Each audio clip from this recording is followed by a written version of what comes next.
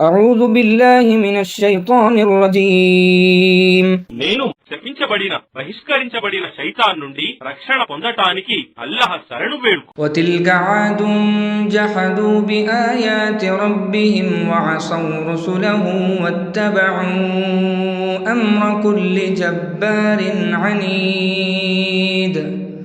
మరియు వీరే ఆది జాతి వారు తమ ప్రభువు సూచన ఆయాతులను తిరస్కరించారు మరియు ఆయన ప్రవక్తలకు అవిధేయులయ్యారు మరియు క్రూరుడైన ప్రతి సత్య విరోధి ఆజ్ఞలను అనుసరించారు.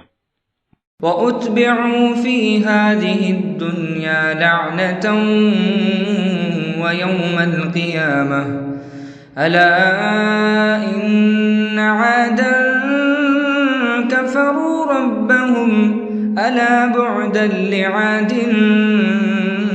قوم هود.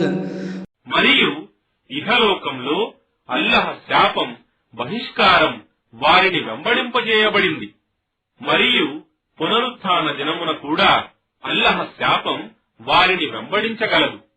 వినండి, నిస్సందేహంగా ఆది జాతి వారు తమ ప్రభువును తిరస్కరించారు.